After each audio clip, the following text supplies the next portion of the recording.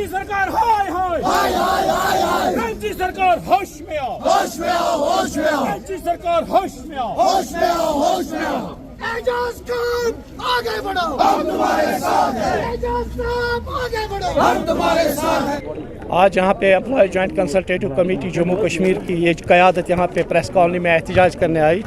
मजबूरी के सबब। हमें कोई शौक़ नहीं है सड़कों पे आने का,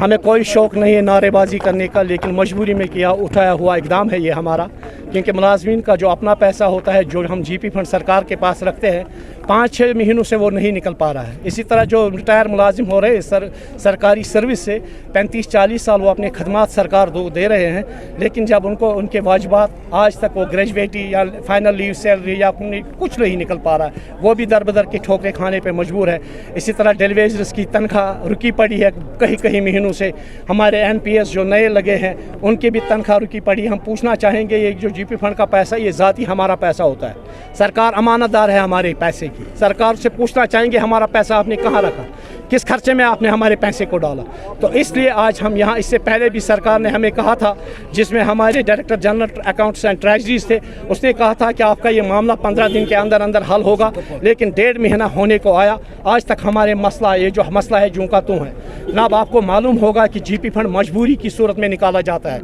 यहाँ तो बच्चों की शादी होती है, यहाँ बड़े कॉलेजों में हमारे बच्चों का एडमिशन होता है, यहाँ घर में कोई खुदा ना खास्ता बड़ी बीमारी किसी को लगती है। इसी तरह ये पैसे मुश्किल तरीन वक्त में हम इस्तेमाल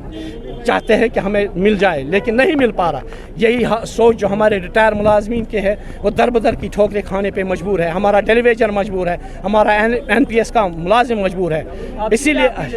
मेरी अपील ये है सरकार से कि हमारा पैसा जिस तरह पहले 2021 से पहले निकलता था, हम जीपी फंड के लिए अप्लाई करते थे, 5-6 दिन में हमारा जीपी फंड निकलता था। इसी तरह जो रिटायर मुलाजिम होते थे 1-2 महीनों में ज़्यादा से ज़्यादा उन्हें तमाम मुराद दिए जाते थे, और डेलीवेजर्स की तनख्वाह कंटिन्यू दी जा रही थी या NPS की तनख्वाह कंटिन्यू जारी थी। तो उसी तरीके पे हमें वो हमारे जो ये चीज़ है इसको वागुजार सरकार करे। एक बार फिर मैं यही कहूँगा, हम शौक़ से नहीं मजबूरी के सबब यहाँ आए हैं, तंग आमद बजंग आमद, वरना हमें कोई शौक़ नहीं। मैं एक बार फिर ये कहूँगा कि गवर्नर इंतज़ामिया ने शफाफत चाहिए तो हमने उनका साथ दिया, गुड गवर्नेंस की बात की, हम उनके साथ रहे, वर्क कल्चर को फ़रोग देने की बात हुई, हम उनके साथ रहे और आगे भी रहेंगे। जो सरकार का ऑर्डर होगा हम ओबे इंशाल्लाह करेंगे, लेकिन जहाँ हमारे हक की बात होगी हम अपना हक लेने किसी भी सूरत में लेंगे और मांगेंगे। यहाँ पे आप देख रहे हैं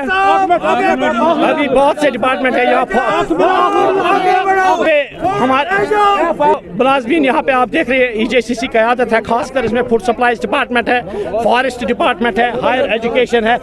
स्टेट्स डिपार्टमेंट है, सोशल फॉरेस्ट लो पेड सेक्रेटरीट यूनियन के प्रेसिडेंट मकबूल साहब है, यानी PDD है, बहुत सारे मामला सोशल फॉरेस्ट्री है, ये अम्ब्रेला ऑर्गेनाइजेशन है। सभी महकमों के ट्रेड यूनियन लीडरान ने आज यहाँ पे एहतजाज किया। अभी हमने इसमें मुलाजमीन को इन्वॉल्व नहीं किया और ना हम करना चाहते हैं, हम शौक़ से दफ्तर में लोगों की खिदमत करना चाहते हैं, लेकिन ये मजबूरी में हमें यहाँ पे आना पड़ा एहतजाज करने के लिए। हमें उम्मीद है कि सरकार आइंदा हमें ऐसा मौका नहीं देगी और इंशाल्लाह हमें हमारा हक मिलेगा।